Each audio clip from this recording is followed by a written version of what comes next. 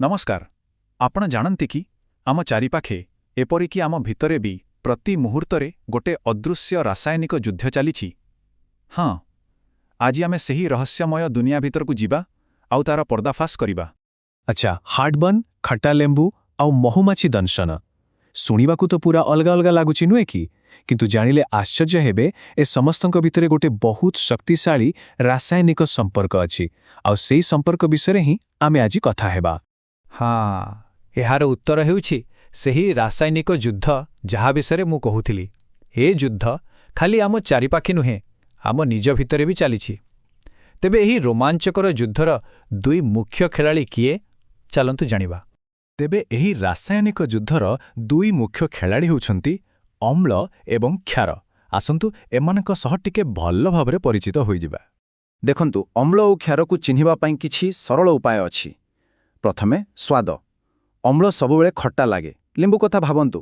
ଆଉ କ୍ଷାରର ସ୍ୱାଦ ଟିକେ କଷା। ଛୁଇଁଲେ ଏହା ସାବୁନ ପରି ଚିକ୍କଣ ଲାଗେ। ଆଉ ଲ୍ୟାବୋରେଟୋରୀରେ ସେଠି ଆମେ ଲିଟମସ୍ କାଗଜ ବ୍ୟବହାର କରୁ।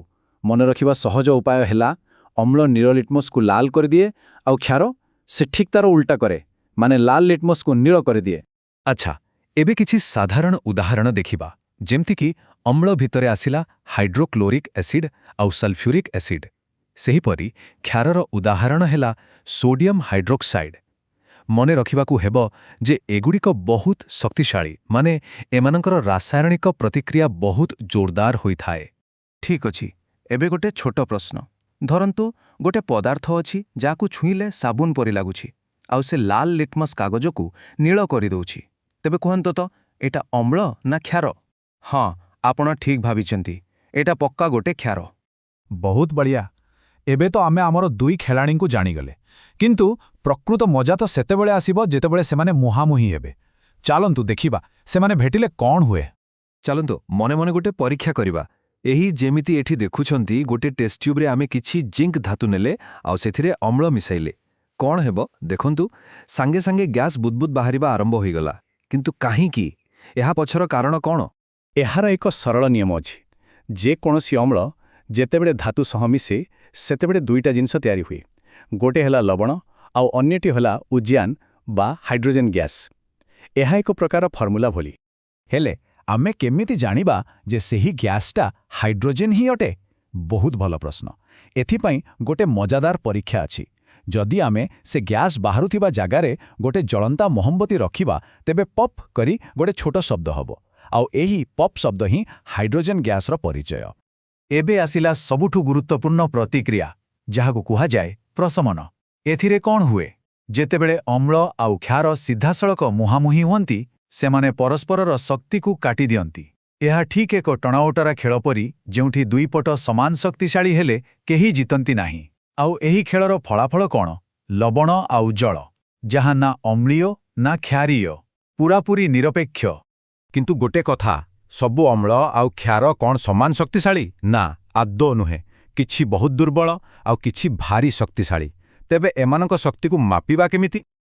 ଆଉ ଏହି ଶକ୍ତିକୁ ମାପିବା ବହୁତ ଜରୁରୀ, କାରଣ ଅଧିକ ଶକ୍ତିଶାଳୀ ଅମ୍ଳ କିମ୍ବା କ୍ଷାର ଆମ ଚର୍ମକୁ ବି ଜଳାଇ ଦେଇପାରେ। ସେଥିପାଇଁ ଏମାନଙ୍କର ଶକ୍ତି କେତେ ଜାଣିବା ପାଇଁ ଆମ ପାଖରେ ଗୋଟେ ଉପାୟ ରହିବା ଦରକାର। ଏହାର ସମାଧାନ ହେଉଛି ପିଏଚ୍ ସ୍କେଲ୍। ଏହାକୁ ଗୋଟେ ସ୍କେଲ୍ ବା ଫୁଟପଟି ଭଳି ଭାବନ୍ତୁ। ଏଥିରେ 0ରୁ 14 ପର୍ଯ୍ୟନ୍ତ ନମ୍ବର ଥାଏ। ଠିକ୍ ମଝିରେ, ମାନେ 7 ନମ୍ବରରେ ଯାହା ଆସେ ତାହା ନିରପେକ୍ଷ, ଯେମିତିକି ବିଶୁଦ୍ଧ ପାଣି। 7ରୁ ଯେତେ ତଳକୁ ଯିବେ ସେତେ ବେଶି ଅମ୍ଳୀୟ, ଆଉ 7ରୁ ଯେତେ ଉପରକୁ ଯିବେ ସେତେ ବେଶି କ୍ଷାରୀୟ। ଯେତେ କମ୍ ନମ୍ବର ସେତେ ଶକ୍ତିଶାଳୀ ଅମ୍ଳ। କିନ୍ତୁ ପିଏଚ୍ କ'ଣ ଖାଲି ଲ୍ୟାବୋରେଟୋରୀ ପାଇଁ? ଆଦୌ ନୁହେଁ। ଆପଣ ଜାଣିଲେ ଆଶ୍ଚର୍ଯ୍ୟ ହେବେ ଯେ ଆମ ଦୈନନ୍ଦିନ ଜୀବନର ପ୍ରତିଟି ମୁହୂର୍ତ୍ତରେ ପିଏଚ୍ ଏକ ବଡ଼ ଭୂମିକା ନିଭାଏ। ଆମ ଶରୀର ଭିତରେ, ଆମେ ଖାଉଥିବା ଖାଦ୍ୟରେ, ସବୁଠି। ଏହି ନମ୍ବରଟିକୁ ଭଲ ଭାବେ ମନେ ରଖନ୍ତୁ, 5.5। କାହିଁକି ଜାଣନ୍ତି? କାରଣ ଏହି ନମ୍ବର ଆମ ଦାନ୍ତର ସ୍ୱାସ୍ଥ୍ୟ ପାଇଁ ଗୋଟେ ବିପଦ ସଂକେତ। କିନ୍ତୁ କେମିତି? ଦେଖନ୍ତୁ, କଥାଟା ବହୁତ ସରଳ। ଆମେ ଯେତେବେଳେ ମିଠା ଜିନିଷ ଖାଉ, ଆମ ପାଟିରେ ଥିବା ବ୍ୟାକ୍ଟେରିଆ ସେହି ଚିନିକୁ ବ୍ୟବହାର କରି ଅମ୍ଳ ତିଆରି କରନ୍ତି। ଫଳରେ ଆମ ପାଟିର ପିଏଚ୍ କମିଯାଏ। ଆଉ ଯେତେବେଳେ ଏହା 5.5ରୁ ତଳକୁ ଖସିଯାଏ, ସେତେବେଳେ ଆମ ଦାନ୍ତର ବାହାର ପରସ୍ତ, ଯାହାକୁ ଇନାମେଲ୍ କୁହାଯାଏ, ତା ଧୀରେ ଧୀରେ ନଷ୍ଟ ହେବାକୁ ଲାଗେ।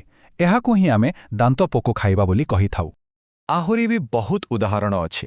ଯେମିତିକି ଆମ ଶରୀର ଠିକ୍ ଭାବେ କାମ କରିବା ପାଇଁ 7ରୁ 7.8 pH ଭିତରେ ରହିବା ଦରକାର। ବର୍ଷା ପାଣିର pH ଯଦି 5.6ରୁ କମିଯାଏ ତାକୁ ଅମ୍ଳ ବର୍ଷା କୁହାଯାଏ, ଯାହା ପରିବେଶ ପାଇଁ ଖରାପ। ଚାଷୀମାନେ ବି ଭଲ ଫସଲ ପାଇଁ ମାଟିର pH ମାପନ୍ତି। ଆଉ ହଁ, ଆମର ସେଇ ମହୁମାଛି ଦଂଶନ କଥା ମନେ ଅଛି ତ? ମହୁମାଛିର ବିଷଟା ଅମ୍ଳୀୟ ହେଇଥାଏ, ସେଥିପାଇଁ ତା ଉପରେ ବେକିଂ ସୋଡା ଭଳି ଗୋଟେ କ୍ଷାର ଲଗେଇଲେ ଆରାମ ମିଳେ। ଦେଖିଲେ, ଏଇଠି ବି ସେଇ ପ୍ରଶମନ ପ୍ରତିକ୍ରିୟା କାମ କଲା। ଆମେ ଏତେ ସମୟ ଧରି ଲବଣ ବା ସଲ୍ଟ ଶବ୍ଦଟି ବ୍ୟବହାର କରିଆସୁଛୁ, କିନ୍ତୁ ଏହାର ଅର୍ଥ କ'ଣ କେବଳ ସେହି ଖାଇବା ଲୁଣ?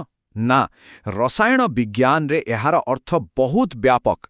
ରସାୟନ ବିଜ୍ଞାନ ଭାଷାରେ ଯେତେବେଳେ ବି ଗୋଟେ ଅମ୍ଳ ଆଉ ଗୋଟେ କ୍ଷାର ପରସ୍ପରକୁ ପ୍ରଶମିତ କରନ୍ତି, ସେତେବେଳେ ଯେଉଁ ନୂଆ ପଦାର୍ଥ ତିଆରି ହୁଏ ତାକୁ ହିଁ ଲବଣ କୁହାଯାଏ।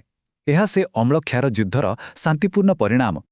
ତେବେ ଚାଲନ୍ତୁ ସବୁଠାରୁ ପରିଚିତ ଲବଣ ବିଷୟରେ କଥା ହେବା, ଆମର ସେଇ ସାଧାରଣ ଖାଇବା ଲୁଣ ବା ସୋଡିୟମ କ୍ଲୋରାଇଡ୍। ଏହା କେବଳ ଖାଇବାର ସ୍ୱାଦ ବଢ଼ାଇନି, ଏହା ପ୍ରକୃତିରେ ଗୋଟେ ରାସାୟନିକ ସୁପରଷ୍ଟାର। ଆପଣଙ୍କୁ ଜାଣି ଆଶ୍ଚର୍ଯ୍ୟ ଲାଗିବ ଯେ ଏହି ସାଧାରଣ ଲୁଣରୁ ହିଁ ଆମେ ଆହୁରି ଅନେକ ଗୁରୁତ୍ୱପୂର୍ଣ୍ଣ ରାସାୟନିକ ପଦାର୍ଥ ତିଆରି କରିପାରିବା। ଏହା ଗୋଟେ ପ୍ରକାରର ମୂଳ କଞ୍ଚାମାଲ ଭଳି କାମ କରେ। ଏହି ଲିଷ୍ଟକୁ ଦେଖନ୍ତୁ।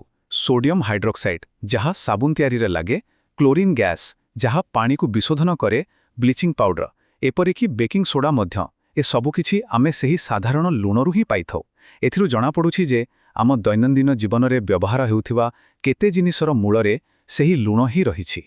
ତେବେ ଏବେ ଆମେ ଅମ୍ଳ ଆଉ କ୍ଷାରର ଏହି ନିରନ୍ତର ଟଣାଉଟରା ବିଷୟରେ ଜାଣିଲେ। ଏବେ ଟିକେ ଭାବନ୍ତୁ ତ, ଆପଣଙ୍କର ଦୈନନ୍ଦିନ ଜୀବନରେ ଆଉ କେଉଁଠି ଏ ଅଦୃଶ୍ୟ ରାସାୟନିକ ଯୁଦ୍ଧ ଚାଲିଥିବ? ଆଜିର ଏହି ଆଲୋଚନା ପରେ ଆଶା କରୁଛି ଆପଣ ନିଜ ଚାରିପାଖର ଦୁନିଆକୁ ଏକ ନୂଆ ରାସାୟନିକ ଦୃଷ୍ଟିକୋଣରୁ ଦେଖିପାରିବେ। ଏହି ଜାଣିବାର ଯାତ୍ରା ଏମିତି ହିଁ ଚାଲୁଥାଉ। ପୁଣି ଦେଖାହେବା।